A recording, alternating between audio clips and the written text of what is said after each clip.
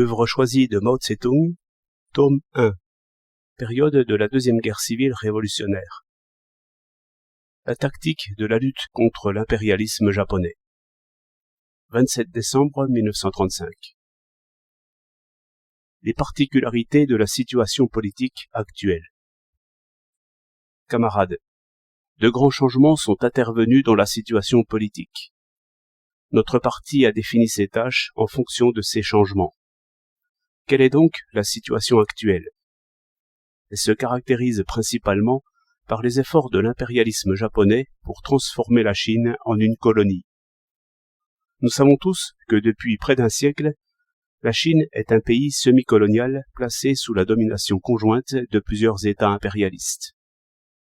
Grâce à la lutte du peuple chinois contre l'impérialisme et au conflit entre les puissances impérialistes, la Chine a pu conserver un statut semi-indépendant. Pour un temps, la Première Guerre mondiale avait donné à l'impérialisme japonais la possibilité d'établir sa domination exclusive sur la Chine. Cependant, par suite de la lutte du peuple chinois contre l'impérialisme japonais et de l'intervention des autres puissances impérialistes, les 21 demandes, ce traité que Yuan Shikai, le plus grand traître à la nation de l'époque, avait signé et qui livrait la Chine au Japon, furent déclarées nulles et non avenues. En 1922, un traité signé à la conférence des 9 puissances, convoquée à Washington par les États-Unis, plaça de nouveau la Chine sous la domination conjointe de plusieurs États impérialistes. Mais peu après, la situation changea encore une fois. Avec l'incident du 18 septembre 1931, commença la colonisation actuelle de la Chine par le Japon. Comme l'agression japonaise se limitait provisoirement aux 4 provinces du Nord-Est, certains pensèrent que les impérialistes japonais n'iraient probablement pas plus loin. Aujourd'hui, la situation est tout autre. Les impérialistes japonais ont déjà laissé voir leur intention de pousser plus au sud, au-delà de la Grande Muraille, et d'occuper le pays tout entier. Ils s'efforcent maintenant de faire de toute la Chine, qui est encore une semi-colonie partagée entre plusieurs États impérialistes, une colonie du Japon. Le récent incident du Ropei oriental et les conversations diplomatiques sont des indices très clairs de cette tendance des événements, qui mettent en danger l'existence même du peuple chinois. Une telle situation pose à toutes les classes, à tous les groupements politiques de la Chine, la question « que faire ?» Résister, capituler ou balancer entre les deux solutions. Voyons maintenant comment les différentes classes en Chine répondent à cette question. Les ouvriers et les paysans réclament la résistance. La révolution de 1924-1927, la révolution agraire de 1927 à nos jours et la vague anti-japonaise qui déferle depuis l'incident du 18 septembre 1931 montrent que la classe ouvrière et la paysannerie sont les forces les plus résolues de la révolution chinoise. La petite bourgeoisie réclame également la résistance. La jeunesse étudiante et la petite bourgeoisie urbaine n'ont-elles pas déjà déclenché un vaste mouvement anti-japonais? Cette fraction de la petite bourgeoisie chinoise avait participé à la révolution de 1924-1927. Sa situation économique relève, comme celle des paysans, de la petite exploitation, et ses intérêts sont inconciliables avec ceux des impérialistes. Ses membres ont cruellement souffert de l'impérialisme et de la contre-révolution chinoise, qui ont acculé nombre d'entre eux au chômage et à la ruine totale ou partielle. Maintenant, sous la menace directe de se voir réduits à l'état d'esclaves coloniaux, ils n'ont plus d'autre issue que la résistance. Mais comment la bourgeoisie nationale, la bourgeoisie comprador, la classe des propriétaires fonciers et le Kuomintang réagissent-ils devant cette question? Les grands despotes locaux et mauvais hobereaux, les grands seigneurs de guerre, les gros bureaucrates et les gros compradors ont depuis longtemps pris parti. Comme toujours, ils soutiennent qu'une révolution, quelle qu'elle soit, est pire que l'impérialisme. Ils ont constitué le camp de la trahison. Pour eux, la question de savoir s'ils seront ou non des esclaves coloniaux ne se pose pas, puisqu'ils ont perdu tout sentiment national et que leurs intérêts sont inséparables de ceux des impérialistes. Leur champion est Chiang Kai-shek. Ce camp de la trahison est l'ennemi juré du peuple chinois. Sans cette meute de traîtres, l'impérialisme japonais ne se serait jamais lancé dans cette agression avec autant de cynisme. Ils sont les valets de l'impérialisme. La bourgeoisie nationale, pose un problème complexe. Cette classe avait pris part à la révolution de 1924-1927, mais, effrayée par le feu de la révolution, elle passa dans le camp de l'ennemi du peuple, la clique de Chiang Kai-shek. Il s'agit de savoir s'il est possible que la bourgeoisie nationale modifie sa position dans les circonstances actuelles. Nous estimons que cela est possible, car cette classe ne s'identifie pas avec celle des propriétaires fonciers, ni avec la bourgeoisie comprador. Entre elle et ces dernières, il existe une différence. La bourgeoisie nationale n'a pas un caractère féodal aussi prononcé que la classe des propriétaires fonciers, ni un caractère comprador aussi marqué que la bourgeoisie comprador. Une fraction de la bourgeoisie nationale, son aile droite, a des liens assez étroits avec le capital étranger et les intérêts fonciers chinois, et, pour le moment, nous ne spéculerons pas sur les chances d'un changement de position de sa part. Le problème se pose pour les autres fractions de la bourgeoisie nationale, qui n'ont pas de lien de ce genre ou qui en ont peu. Nous croyons que, dans cette situation nouvelle, où la Chine se trouve en danger d'être réduite à l'état de colonie, un changement peut se produire dans leur attitude. Le trait caractéristique de ce changement sera l'hésitation. D'une part, elles détestent l'impérialisme. D'autre part, elles redoutent une révolution poussée jusqu'au bout. Elles balancent entre les deux attitudes. Cela explique pourquoi, dans la période révolutionnaire de 1924-1927, la bourgeoisie nationale avait pris part à la révolution et pourquoi elle passa du côté de Chiang Kai-shek à la fin de cette période. Quelle différence y a-t-il entre l'époque actuelle et celle de 1927, où Chiang Kai-shek trahit la révolution? La Chine n'était alors qu'une semi-colonie. Elle est aujourd'hui en voie de devenir une colonie. Au cours de ces 9 années, qu'est-ce que la bourgeoisie nationale a gagné à abandonner son allié, la classe ouvrière, et à lier amitié avec les propriétaires fonciers et les compradors? Rien du tout, sinon la ruine totale ou partielle de ces entreprises industrielles et commerciales. C'est ce qui nous fait conclure à la possibilité d'un changement d'attitude de la bourgeoisie nationale dans les circonstances actuelles. Quelle sera l'importance de ce changement? L'hésitation en sera la caractéristique générale. Néanmoins, à un certain stade de la lutte, il est possible que l'une des fractions de la bourgeoisie nationale, son aile gauche, participe à la lutte, et qu'une autre passe d'une attitude hésitante à la neutralité. Quels sont les intérêts de la classe représentée par la 19e armée de route, commandée par Tsai Ting-kai et ses compagnons? Ceux de la bourgeoisie nationale et de la couche supérieure de la petite bourgeoisie, ainsi que des paysans riches et des petits propriétaires fonciers à la campagne. Tsai Ting-kai et ses compagnons n'ont-ils pas lutté avec acharnement contre l'armée rouge? Si, mais par la suite, ils ont conclu avec elle une alliance contre le Japon et contre Chiang Kai-shek. Dans le Gyeongsi, ils avaient attaqué l'armée rouge. Mais, plus tard, à Shanghai, ils ont combattu les impérialistes japonais. Puis, dans le Fukien, ils ont conclu un accord avec l'armée rouge et se sont tournés contre Chiang Kai-shek. Quelle que soit la carrière future de Tsai Ting-kai et de son groupe, de quelque esprit routinier qu'ait fait preuve leur gouvernement populaire du Fukien, en se refusant à entraîner le peuple au combat, le fait qu'ils ont tourné contre l'impérialisme japonais et Chiang Kai-shek leurs armes destinées à combattre l'armée rouge doit être considéré comme un acte utile à la révolution. Cela marqua une scission dans le camp du Kuomintang. Si la situation qui s'est créée au lendemain de l'incident du 18 septembre a abouti à détacher ce groupe du Kuomintang, pourquoi la situation actuelle ne pourrait-elle pas entraîner de nouvelles scissions au sein de ce parti? Ils se trompent, ceux de notre parti qui considèrent le camp des propriétaires fonciers et de la bourgeoisie comme uni et inébranlable et pensent qu'il ne changera en aucune circonstance.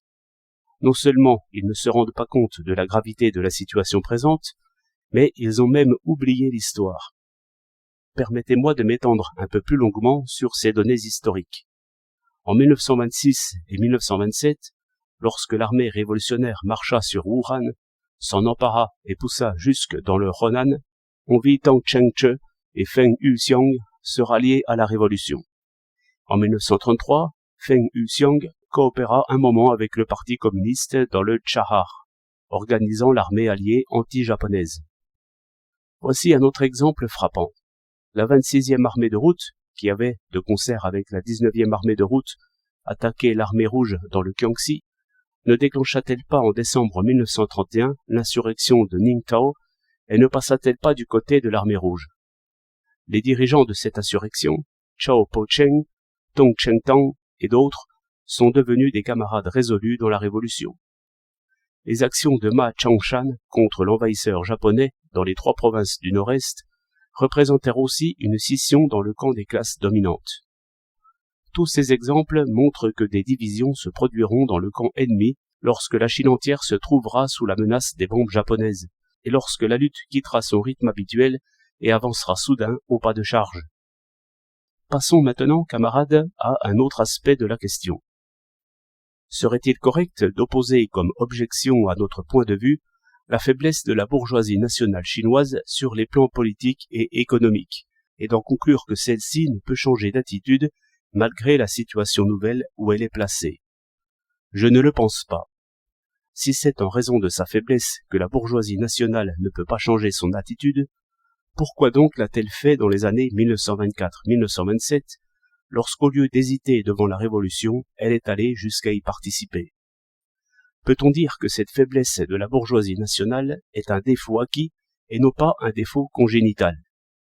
Peut-on dire qu'elle est faible aujourd'hui, mais ne l'était pas à l'époque?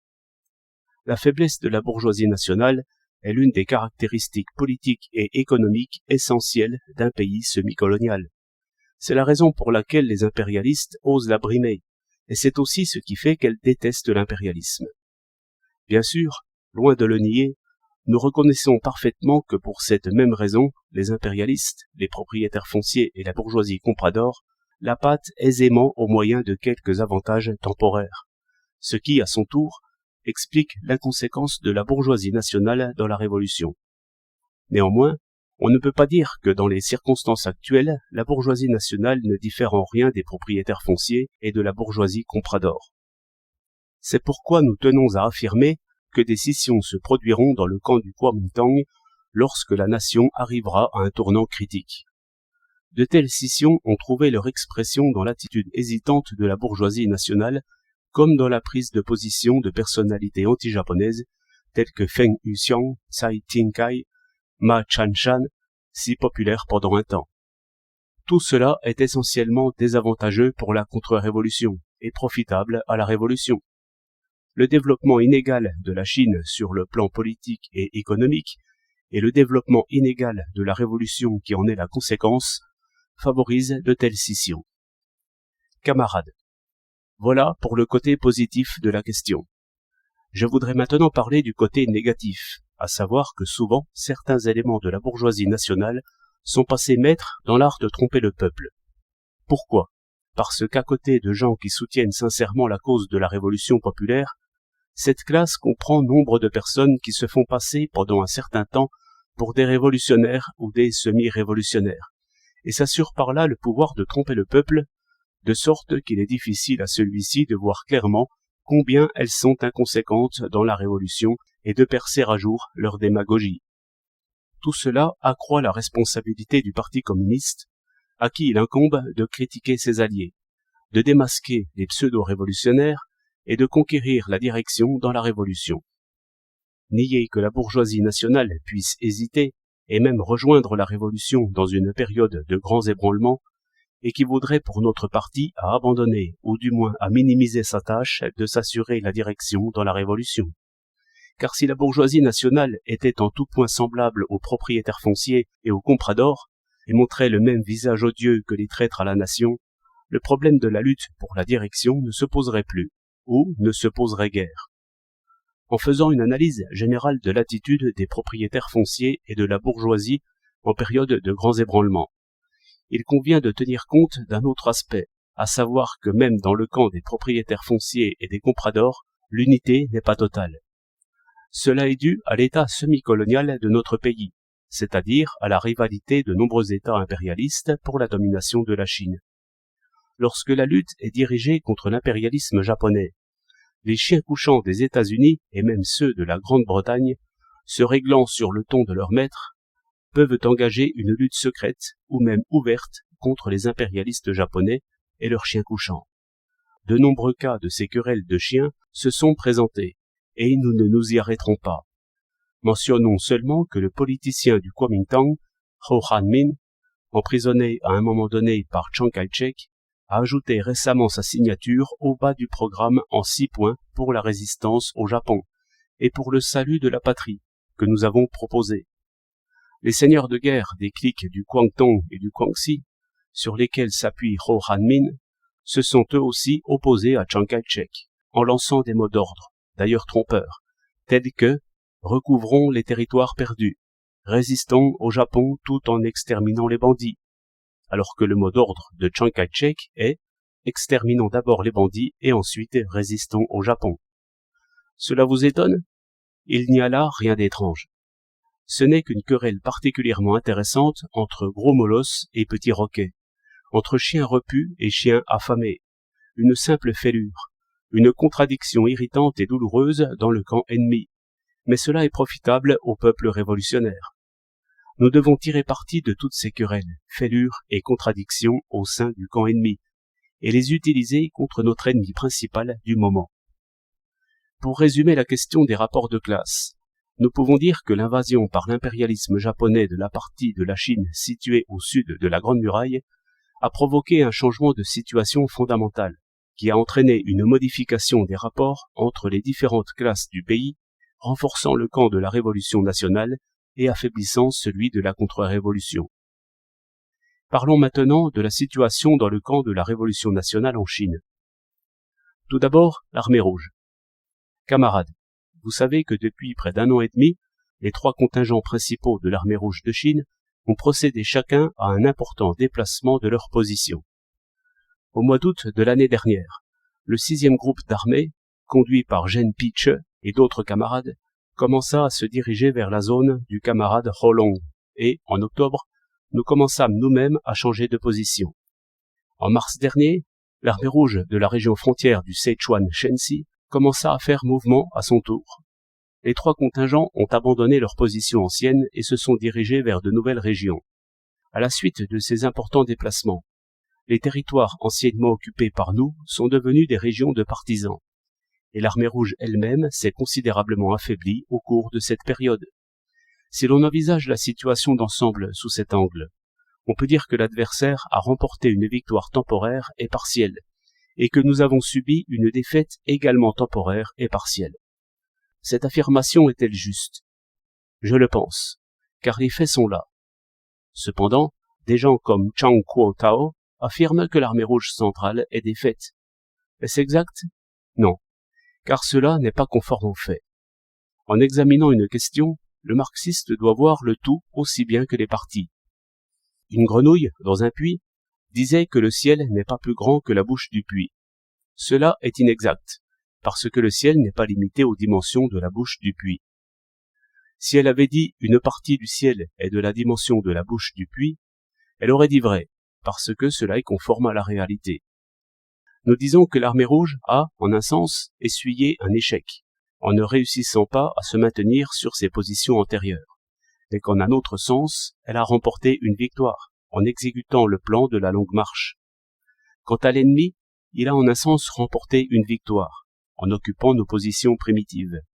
Mais en un autre sens, il a subi une défaite, en échouant dans ses campagnes d'encerclement et d'anéantissement, et dans ses campagnes de poursuite et d'anéantissement. Voilà la seule manière correcte d'envisager la question, puisque nous avons réussi à effectuer la longue marche. À propos de la longue marche, d'aucuns posent la question. Quelle en est la signification? Nous répondrons que la longue marche est la première de ce genre dans les annales de l'histoire. Elle est à la fois un manifeste, un instrument de propagande et une machine à semer. Depuis Pankao, qui sépara le ciel de la terre, depuis les 3 souverains et les 5 empereurs, l'histoire a-t-elle jamais connu une longue marche comme la nôtre? Pendant 12 mois, dans le ciel, des dizaines d'avions nous traquaient et nous bombardaient chaque jour.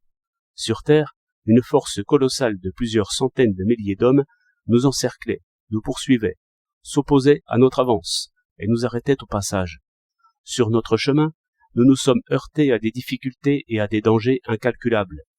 Cependant, en nous servant seulement de nos 2 jambes, nous avons fait plus de 20 000 lis, traversant en long et en large 11 provinces. Dites-moi, Est-ce que dans l'histoire, il n'y a jamais eu une longue marche comme la nôtre? Non, jamais. La longue marche est un manifeste. Elle a annoncé au monde entier que l'armée rouge est une armée de héros, que les impérialistes et leurs valets, Chiang Kai-shek et ses semblables, ne sont bons à rien. Elle a proclamé la faillite de l'impérialisme et de Chiang Kai-shek dans leur tentative de nous encercler, de nous poursuivre, de s'opposer à notre avance et de nous arrêter au passage. La longue marche est un instrument de propagande. Elle a fait savoir aux quelques 200 millions d'habitants des 11 provinces traversées que la voie suivie par l'armée rouge est la seule voie de leur libération. Sans cette longue marche, comment les larges masses populaires auraient-elles pu apprendre aussi rapidement l'existence de la grande vérité incarnée par l'armée rouge? La longue marche est aussi une machine à semer. Elle a répandu dans les 11 provinces des semences qui germeront, porteront des feuilles, des fleurs et des fruits, et qui donneront leur moisson dans l'avenir. En un mot, la longue marche s'est terminée par notre victoire et par la défaite de l'ennemi. Qui l'a conduite à la victoire? Le Parti communiste. Sans lui, une longue marche de ce genre eût été inconcevable. Le Parti communiste chinois, sa direction, ses cadres et ses membres, n'ont peur d'aucune difficulté, d'aucune épreuve. Quiconque met en doute notre capacité de diriger la guerre révolutionnaire tombe dans le bourbier de l'opportunisme. Une situation nouvelle s'est créée aussitôt après la longue marche. Dans la bataille de Che-Luo-Chen, l'armée rouge centrale et l'armée rouge du Nord-Ouest, unies fraternellement dans le combat, ont brisé la campagne d'encerclement et d'anéantissement lancée par le traître Chiang Kai-shek contre la région frontière du Shenxi-Kanso, posant ainsi la première pierre de l'œuvre entreprise par le comité central du parti, la fondation d'un quartier général national de la Révolution dans le Nord-Ouest. Telle est la situation de l'armée rouge. Qu'en est-il de la guerre de partisans dans les provinces méridionales? Là, nos détachements de partisans ont subi quelques revers, mais n'ont nullement été anéantis. En bien des endroits, ils se reconstituent, grandissent et se développent. Dans les régions contrôlées par le Kuomintang, les ouvriers ont déjà porté la lutte hors de l'usine, passant de la lutte économique à la lutte politique. La lutte courageuse de la classe ouvrière contre l'impérialisme japonais et les traîtres à la nation est en pleine fermentation, et, à en juger par la situation, le jour n'est pas loin où elle éclatera. La lutte paysanne n'a jamais cessé. Accablés par l'agression étrangère, les désordres intérieurs et les calamités naturelles, les paysans ont largement développé leur lutte sous forme de guerre de partisans, de soulèvements populaires, d'émeutes de la faim, etc. La guerre de partisans anti-japonaise dans le nord-est et le Hebei oriental est leur réplique aux attaques de l'impérialisme japonais. Le mouvement étudiant a pris un essor considérable et s'étendra certainement dans l'avenir. Mais pour poursuivre sa marche et briser tous les obstacles créés par la loi martiale qu'ont imposé les traîtres et par la politique de sape et d'assassinat massif que pratique la police, les agents secrets, les fripouilles du monde de l'enseignement et les fascistes, il doit coordonner son action à la lutte des ouvriers, des paysans et des soldats. Nous avons déjà parlé des hésitations de la bourgeoisie nationale, des paysans riches et des petits propriétaires fonciers et de leur participation éventuelle à la lutte anti-japonaise. Directement menacées par l'impérialisme japonais, les minorités nationales, et en particulier celles de la Mongolie intérieure, se sont levées pour la lutte. Dans l'avenir, leur lutte se fondra avec celle du peuple de la Chine du Nord, et avec les actions de l'armée rouge dans le Nord-Ouest. Tout cela montre que la révolution perd son caractère local et prend une ampleur nationale, qu'elle passe progressivement de son état de développement inégal à une certaine égalité de développement. Nous nous trouvons à la veille de grands ébranlements.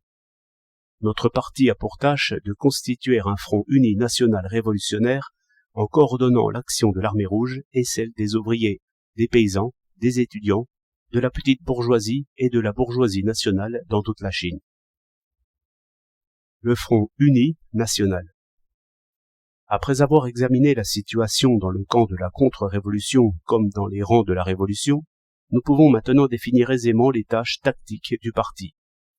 Quelle est la tâche tactique fondamentale du parti? C'est la création d'un large front uni national révolutionnaire et rien d'autre. Lorsque la situation de la révolution se modifie, la tactique et les méthodes de direction de la révolution doivent être modifiées en conséquence. La tâche que se propose l'impérialisme japonais, les collaborateurs et les traîtres, est de transformer la Chine en une colonie. La nôtre est de faire de la Chine un État libre et indépendant, jouissant de son intégrité territoriale. C'est une grande tâche pour la Chine que de conquérir son indépendance et sa liberté. Elle implique une guerre avec l'impérialisme étranger et avec la contre-révolution intérieure. L'impérialisme japonais est résolu à foncer droit devant lui. Dans notre pays, les forces contre-révolutionnaires des despotes locaux, des mauvais hobereaux et de la bourgeoisie comprador sont, pour le moment, supérieures aux forces révolutionnaires du peuple. Les forces de l'impérialisme japonais et de la contre-révolution chinoise ne peuvent pas être écrasées en quelques jours, et nous devons nous préparer à y consacrer beaucoup de temps. Elles ne peuvent l'être avec des forces infimes et nous devons accumuler des forces puissantes. En Chine, comme dans le monde entier, les forces de la contre-révolution sont plus faibles que dans le passé, et les forces de la révolution ont grandi. C'est là une appréciation correcte, qui porte sur un aspect de la question. Mais nous devons souligner que les forces de la contre-révolution en Chine et dans le monde sont pour l'instant plus puissantes que celles de la révolution. C'est là également une appréciation juste, qui représente l'autre aspect de la question. Le développement inégal de la Chine sur le plan politique et économique engendre le développement inégal de la révolution. La révolution commence, se développe et triomphe toujours en premier lieu dans les régions où la contre-révolution est relativement faible, alors que dans les régions où la contre-révolution est forte, la révolution ou bien n'a pas encore surgi, ou bien se développe très lentement. Telle fut longtemps la situation dans laquelle se trouvait la révolution chinoise. Un développement général de la situation révolutionnaire est à prévoir dans l'avenir, à certains moments, sans que ce caractère d'inégalité cesse pour autant. Pour passer de cette inégalité à une égalité générale, beaucoup de temps et beaucoup d'efforts sont encore nécessaires, et il faut que le parti adopte une ligne tactique correcte. La guerre révolutionnaire dirigée par le Parti communiste de l'URSS fut achevée en 3 ans, mais celle que dirige le Parti communiste chinois exige que nous soyons prêts à y consacrer encore tout le temps nécessaire. Et elle en a déjà demandé beaucoup, pour en finir complètement et définitivement avec les forces de la contre-révolution intérieure et extérieure. Une impatience excessive, comme celle qui s'est manifestée dans le passé, est inadmissible. De plus, nous devons élaborer une scène tactique révolutionnaire. Si l'on ne sort toujours pas de son cercle étroit, comme cela a été le cas dans le passé, on ne peut rien accomplir de grand. Cela ne signifie pas qu'en Chine, les choses ne doivent être menées qu'avec lenteur. Non, il faut agir avec beaucoup d'énergie, car le danger de l'asservissement national nous interdit de nous relâcher ne fût-ce qu'une minute. Désormais, la révolution va se développer beaucoup plus rapidement que par le passé, car la Chine et le monde entier approchent d'une nouvelle période de guerre et de révolution. Néanmoins, la guerre révolutionnaire en Chine sera longue. Cela découle de la puissance de l'impérialisme et du développement inégal de la révolution. Nous disons que la situation présente est caractérisée par l'imminence d'un nouvel essor de la révolution nationale, et que la Chine est à la veille d'une nouvelle et grande révolution englobant tout le pays. C'est là l'une des caractéristiques de la situation révolutionnaire actuelle. C'est un fait, et il montre un aspect des choses. Mais nous devons dire également que l'impérialisme demeure une force considérable, que le développement inégal des forces révolutionnaires constitue un sérieux point faible, et que, pour écraser l'ennemi, il nous faut nous préparer à mener une guerre de longue durée. C'est là une autre caractéristique de la situation révolutionnaire actuelle. C'est également un fait, et il représente l'autre aspect de la question. Ces deux caractéristiques, ces deux faits, sont là pour nous instruire, et nous presser de nous adapter à la situation en changeant notre tactique et en modifiant nos méthodes de disposition des forces pour la poursuite du combat. La situation présente exige que nous renoncions hardiment à l'attitude sectaire de porte close, que nous formions un large front uni, et que nous nous gardions de tomber dans l'aventurisme. Tant que n'a pas sonné l'heure de la bataille décisive, et que nous n'avons pas les forces nécessaires pour livrer cette bataille, nous ne devons pas nous y jeter inconsidérément. Je ne parlerai pas ici des rapports entre l'attitude de porte close et l'aventurisme, ni du danger que pourra représenter celui-ci dans l'avenir lorsque les événements prendront une grande ampleur. Nous pourrons en discuter plus tard. Je me bornerai pour l'instant à expliquer que la tactique du front uni et celle de la porte close sont diamétralement opposées. La première implique le recrutement de forces puissantes pour encercler et détruire l'ennemi. La seconde, par contre, signifie combattre seul, dans un corps à corps acharné contre un ennemi redoutable. La première se fonde sur l'idée qu'une juste estimation des changements possibles dans l'alignement des forces révolutionnaires et contre-révolutionnaires en Chine, à la suite de la tentative de l'impérialisme japonais de réduire celle-ci à l'état de colonie, est nécessaire pour apprécier correctement la possibilité de former un large front uni national révolutionnaire. Sans une juste estimation des points forts et des points faibles de la contre-révolution japonaise comme de la contre-révolution et de la révolution chinoise, nous ne serons capables ni de comprendre pleinement la nécessité de former un large front uni national révolutionnaire, ni de prendre des mesures énergiques pour liquider l'attitude de porte close, ni utiliser le front uni comme moyen d'organiser et de rallier des millions et des millions d'hommes, ainsi que toutes les armées susceptibles de devenir des amis de la Révolution, pour nous lancer à l'attaque de notre objectif principal, l'impérialisme japonais et ses valets, les traîtres chinois. Et nous ne serons pas capables non plus d'appliquer notre tactique à la lutte pour l'objectif principal. Nous disperserons au contraire notre feu de telle façon que nos balles atteindront nos ennemis secondaires, voire nos alliés, plutôt que notre ennemi principal. Cela s'appelle de l'incapacité à repérer la bonne cible et du gaspillage de munitions. En agissant ainsi, nous ne pourrons pas acculer l'ennemi et l'isoler. Nous ne pourrons pas attirer à nous tous ceux qui ont rejoint le camp et le front ennemi sous la contrainte. Tous ceux qui étaient hier nos ennemis, mais qui peuvent aujourd'hui devenir nos amis. En fait, ce serait aider l'ennemi, ce serait freiner et isoler la révolution, la faire reculer, entraîner son reflux et même la conduire à la défaite. La seconde, la tactique de porte close, se fonde sur l'idée que tous les arguments ci-dessus sont erronés. Il faut que les forces de la révolution soient on ne peut plus pures. Le chemin de la révolution on ne peut plus droit. N'est vrai que ce qui est inscrit dans nos canons. La bourgeoisie nationale, dans sa totalité, est et restera éternellement contre-révolutionnaire. Il ne faut pas faire la moindre concession aux paysans riches. Les syndicats jaunes doivent être combattus à mort. Si nous serrons la main de Tsai Ting-kai, nous devons en même temps le traiter de contre-révolutionnaire. Existe-t-il un chat qui n'aime pas le poisson ou un seigneur de guerre qui ne soit pas un contre-révolutionnaire? Les intellectuels ne restent pas révolutionnaires plus de 3 jours, et il est dangereux de les enrôler. En conclusion, l'attitude de porte close est l'unique baguette magique, et le front uni une tactique opportuniste. Camarades, qu'est-ce qui est juste, le front uni ou l'attitude de porte close? Laquelle est la tactique marxiste-léniniste? Je répondrai sans la moindre hésitation, c'est le front uni et non l'attitude de porte close. Un enfant de 3 ans a beaucoup d'idées justes, mais on ne peut lui confier les grandes affaires de l'État ou du monde parce qu'il ne les comprend pas encore. Le marxisme-léninisme est opposé à la maladie infantile qui se manifeste dans les rangs de la Révolution. Or, c'est justement cette maladie infantile que défendent ceux qui s'en tiennent fermement à leur tactique de porte close. La Révolution, comme toute activité dans le monde, suit une voie toujours tortueuse et jamais rectiligne. L'alignement des forces dans les camps de la Révolution et de la contre-révolution est susceptible de modifications, comme toute chose dans le monde.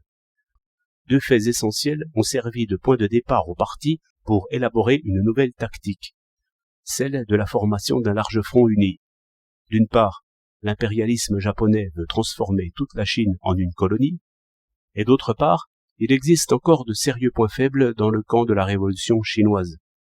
Ce dont les forces révolutionnaires ont besoin aujourd'hui pour attaquer les forces contre-révolutionnaires, c'est d'organiser les masses populaires par millions et de mettre en mouvement une armée révolutionnaire puissante. Seule une force aussi importante est en mesure d'écraser l'impérialisme japonais, ainsi que les traîtres et les collaborateurs. C'est là une vérité évidente pour tous. Il s'ensuit que la tactique du front uni est la seule tactique marxiste-léniniste. La tactique de la porte close est au contraire celle du splendide isolement. Elle fait fuir le poisson au plus profond des eaux et les moineaux au cœur des fourrés. Aux applaudissements de l'ennemi, elle repousse dans le camp ennemi ces millions et millions d'hommes, cette armée puissante.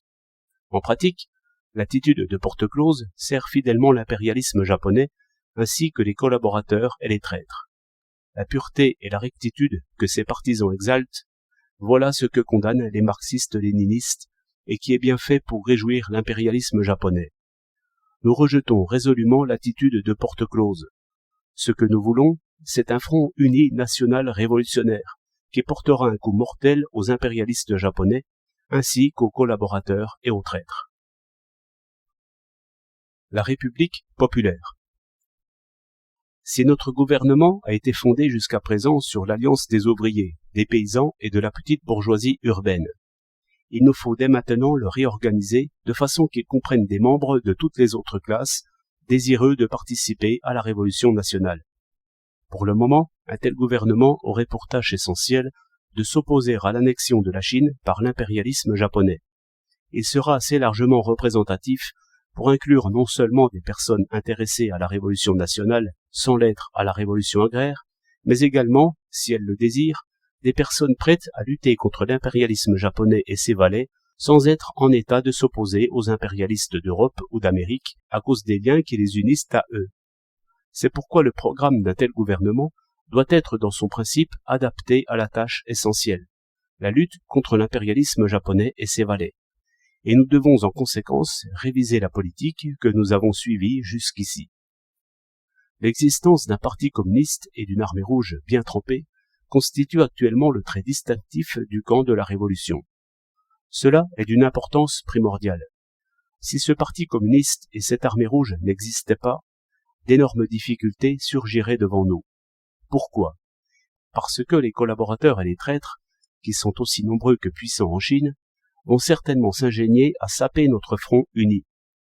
Ils y créeront des dissensions en employant la menace et la corruption, en manœuvrant les différents groupements, et ils se serviront de leurs armées pour faire céder, pour écraser l'une après l'autre toutes les forces d'une puissance inférieure à la leur, et qui veulent se séparer d'eux et s'unir à nous pour lutter contre le Japon.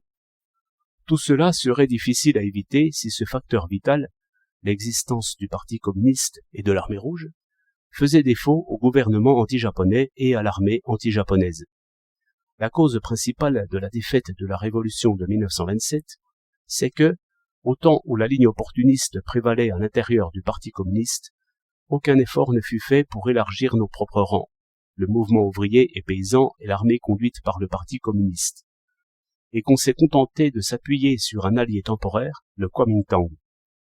Finalement, l'impérialisme donna l'ordre à ses valets, les despotes locaux, les mauvais hobereaux et la bourgeoisie comprador, d'étendre leurs tentacules pour attirer à eux d'abord Chiang Kai-shek, ensuite Wang Tsing-wei, entraînant ainsi l'échec de la révolution. À cette époque, le Front uni révolutionnaire ne possédait pas de pilier central, pas de forces armées révolutionnaires puissantes. Aussi, lorsque les défections commencèrent à se multiplier, le Parti communiste dut lutter seul et ne put déjouer la tactique des impérialistes et de la contre-révolution chinoise qui était d'écraser leurs adversaires l'un après l'autre. Nous avions, il est vrai, l'armée de Huolong et de Yeting, mais elle n'était pas encore assez forte politiquement et le parti ne sut pas la diriger. Aussi fut-elle finalement défaite. Cette leçon payée de notre sang nous a enseigné que l'absence d'un solide noyau de forces révolutionnaires voue la révolution à l'échec. Maintenant, les choses sont différentes. Nous avons déjà un puissant parti communiste, une puissante armée rouge, et nous avons aussi les bases d'appui de l'armée rouge. Non seulement le Parti communiste et l'armée rouge se présentent aujourd'hui comme les promoteurs d'un front uni national contre le Japon, mais ils deviendront nécessairement dans l'avenir le puissant pilier du gouvernement anti-japonais et de l'armée anti-japonaise, capable d'empêcher les impérialistes japonais et Chiang Kai-shek de faire aboutir leur politique de dislocation du front uni. Cependant, nous devons faire preuve de la plus grande vigilance, parce que les impérialistes japonais et Chiang Kai-shek auront certainement recours à toutes sortes d'actes d'intimidation et de corruption, à toutes sortes de manœuvres parmi les différents groupements. Bien entendu, nous ne pouvons attendre de toutes les parties composantes du large front uni national anti-japonais une fermeté semblable à celle du Parti communiste et de l'armée rouge. il peut arriver qu'au cours de leurs activités, certains mauvais éléments, sous l'influence de l'ennemi, se retirent du front uni. Nous ne devons pas redouter la perte de ces gens-là. Pendant que, sous l'influence de l'ennemi, les mauvais s'en iront, sous notre influence, les bons éléments viendront nous rejoindre. Le Front uni national anti-japonais subsistera et se développera tant que le Parti communiste et l'Armée rouge subsisteront et se développeront. Tel est le rôle dirigeant du Parti communiste et de l'Armée rouge au sein du Front uni national. Les communistes ne sont plus des enfants, ils savent ce qu'ils doivent faire et comment se comporter avec leurs alliés. Si les impérialistes japonais et Chiang Kai-shek sont capables d'user de manœuvres parmi les forces révolutionnaires, le Parti communiste est également capable de le faire au sein des forces de la contre-révolution. S'ils peuvent attirer à eux les mauvais éléments existants dans nos rangs, nous pouvons aussi bien attirer à nous leurs mauvais éléments, qui sont pour nous de bons éléments. Si nous réussissons à attirer vers nous un grand nombre de personnes, les rangs de l'ennemi s'éclairciront et les nôtres grossiront. Bref, deux forces essentielles sont actuellement en lutte. Toutes les forces intermédiaires devront se rallier à un camp ou à l'autre par la logique des choses, et la politique d'asservissement de la Chine pratiquée par les impérialistes japonais, comme la politique de trahison que poursuit Chiang Kai-shek, pousseront infailliblement vers nous un grand nombre de personnes, soit qu'elles rejoignent directement les rangs du Parti communiste et de l'Armée rouge, soit qu'elles constituent avec nous un front uni. Tout cela arrivera à condition que notre tactique ne soit pas celle de la porte close. Pourquoi transformer la République des ouvriers et des paysans en République populaire? Notre gouvernement ne représente pas seulement les ouvriers et les paysans, mais toute la nation. Cela était exprimé implicitement dans notre formule de République démocratique des ouvriers et des paysans, étant donné que les ouvriers et les paysans constituent les 80 à 90% de la population. Le programme en 10 points, adopté par le 6e congrès de notre parti, exprime non seulement les intérêts des ouvriers et des paysans, mais aussi ceux de la nation tout entière. La situation présente exige cependant que nous remplacions notre formule par celle de République populaire. En effet, l'agression japonaise a modifié les rapports de classe en Chine et rendu possible la participation à la lutte anti-japonaise de la petite bourgeoisie et même de la bourgeoisie nationale. Il va de soi que la République populaire ne représentera point les intérêts des classes ennemies. Au contraire, elle sera directement opposée aux despotes locaux, aux mauvais hobereaux et à la bourgeoisie comprador, laquais de l'impérialisme, et ne les considérera pas comme faisant partie du peuple, exactement comme, à l'inverse, le gouvernement national de la République chinoise de Chiang Kai-shek représente seulement les plutocrates et non les gens du peuple, qui, pour lui, ne font pas partie de la nation. La population de la Chine étant constituée dans une proportion de 80 à 90% par les ouvriers et les paysans, la République populaire devra en premier lieu représenter leurs intérêts. Cependant, en rejetant l'oppression impérialiste pour donner la liberté et l'indépendance à la Chine et en brisant le pouvoir d'oppression des propriétaires fonciers de façon à libérer la Chine du régime semi-féodal, la République populaire profitera non seulement aux ouvriers et aux paysans, mais également aux autres couches du peuple. Les intérêts des ouvriers, des paysans et du reste du peuple représentent, dans leur totalité, les intérêts de la nation chinoise. La bourgeoisie comprador et la classe des propriétaires fonciers vivent sur le sol chinois, mais elles ne tiennent pas compte des intérêts de la nation, et leurs intérêts sont en conflit avec ceux de la majorité. Comme nous ne rompons qu'avec cette petite minorité et n'entrons en lutte que contre elle, nous avons le droit de nous appeler les représentants de toute la nation. Il y a bien entendu conflit d'intérêts entre classe ouvrière et bourgeoisie nationale. Il est impossible de développer avec succès la révolution nationale sans donner à son avant-garde, la classe ouvrière, les droits politiques et économiques ainsi que la possibilité de diriger ses forces contre un impérialisme et ses valets, les traîtres à la nation. Cependant, si la bourgeoisie nationale adhère au Front uni anti-impérialiste, la classe ouvrière et la bourgeoisie nationale auront des intérêts communs. Durant la période de la révolution démocratique bourgeoise, la République populaire n'abolira pas la propriété privée, à l'exception de celle revêtant un caractère impérialiste ou féodal, et, loin de confisquer les entreprises industrielles et commerciales de la bourgeoisie nationale, elle en encouragera le développement. Nous devons protéger tout capitaliste national qui n'accorde pas son soutien aux impérialistes ou aux traîtres à la nation. À l'étape de la révolution démocratique, la lutte entre le travail et le capital a des limites. La législation du travail de la République populaire protégera les intérêts des ouvriers, mais elle ne s'opposera pas à ce que la bourgeoisie nationale obtienne des profits et développe ses entreprises industrielles et commerciales. Car ce développement nuit aux intérêts de l'impérialisme et sert ceux du peuple chinois. Il s'ensuit que la République populaire représentera les intérêts de toutes les couches du peuple en lutte contre l'impérialisme et les forces féodales. Le gouvernement de la République populaire s'appuiera principalement sur les ouvriers et les paysans et comprendra les représentants des autres classes en lutte contre l'impérialisme et les forces féodales. Mais n'est-il pas dangereux de permettre à ces représentants de participer au gouvernement de la République populaire? Non. Les ouvriers et les paysans constituent la masse fondamentale de cette République. En accordant à la petite bourgeoisie urbaine, aux intellectuels et aux autres éléments de la population qui soutiennent le programme anti-impérialiste et anti-féodal, le droit de s'exprimer et de travailler au sein du gouvernement de la République populaire, ainsi que celui d'élire et d'être élu, nous ne devrions pas compromettre les intérêts des ouvriers et des paysans, masse fondamentale de la population. La défense des intérêts de ces derniers doit constituer une partie essentielle de notre programme. La présence d'une majorité ouvrière et paysanne, le rôle dirigeant et l'action du Parti communiste au sein d'un tel gouvernement écarteront tout danger présenté par la participation des autres classes.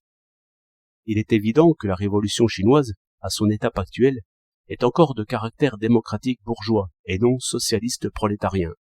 Seuls les contre-révolutionnaires trotskistes peuvent être assez insensés pour affirmer que la révolution démocratique bourgeoise en Chine est déjà accomplie et que tout développement ultérieur de la révolution ne saurait être que socialiste.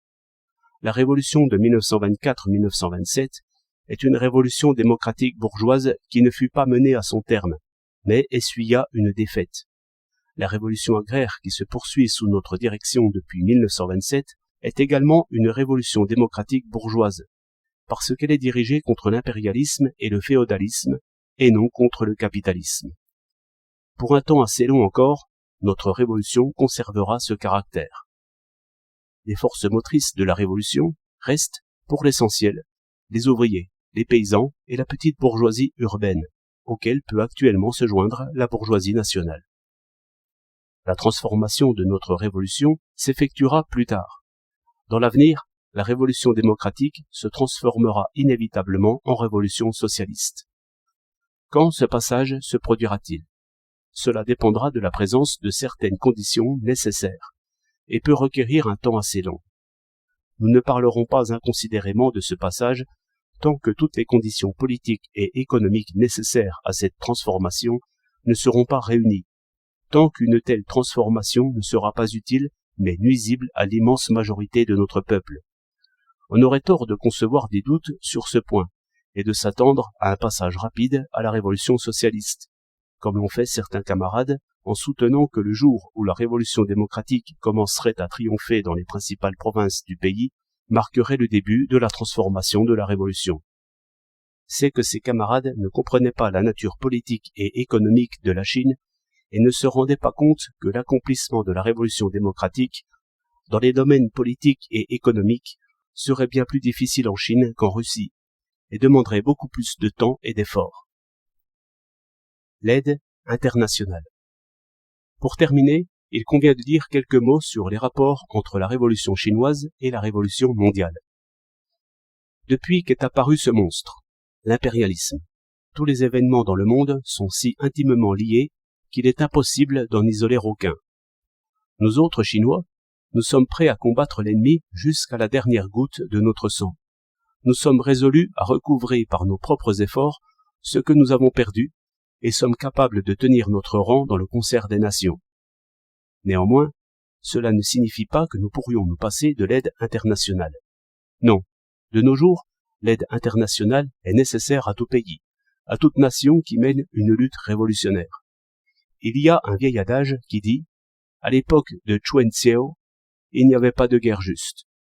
Cela est encore plus vrai actuellement de l'impérialisme. Il n'y a de guerre juste que pour les nations opprimées et les classes opprimées. Dans le monde entier, toutes les guerres menées par le peuple contre ses oppresseurs sont des guerres justes. La révolution de février et la révolution d'octobre en Russie furent des guerres justes. Les révolutions menées par le peuple dans divers pays d'Europe à l'issue de la Première Guerre mondiale furent des guerres justes. En Chine, la guerre de l'opium, la guerre des Taiping, la guerre des Irotuan, la révolution de 1911, l'expédition du Nord des années 1926-1927, la guerre révolutionnaire agraire menée de 1927 à nos jours, la résistance actuelle au Japon et les actions punitives contre les traîtres sont toutes des guerres justes. Avec l'essor actuel de la lutte anti-japonaise dans l'ensemble du pays et de la lutte antifasciste dans le monde entier, les guerres justes s'étendront à toute la Chine et à tout le globe. Toutes les guerres justes se soutiennent mutuellement et toutes les guerres injustes doivent être transformées en guerres justes. Telle est la ligne léniniste. Dans notre résistance au Japon, nous avons besoin de l'aide des peuples du monde entier, et, avant tout, de celle du peuple soviétique, qui ne manquera pas de nous l'accorder, car nous sommes liés avec lui par une cause commune. Pendant un certain temps, les forces révolutionnaires chinoises furent coupées par Chiang Kai-shek des forces révolutionnaires dans le monde, et, de ce point de vue, nous étions isolés. Maintenant, la situation a changé, et en notre faveur. Dorénavant, cette évolution se poursuivra toujours à notre avantage. Nous ne serons plus isolés.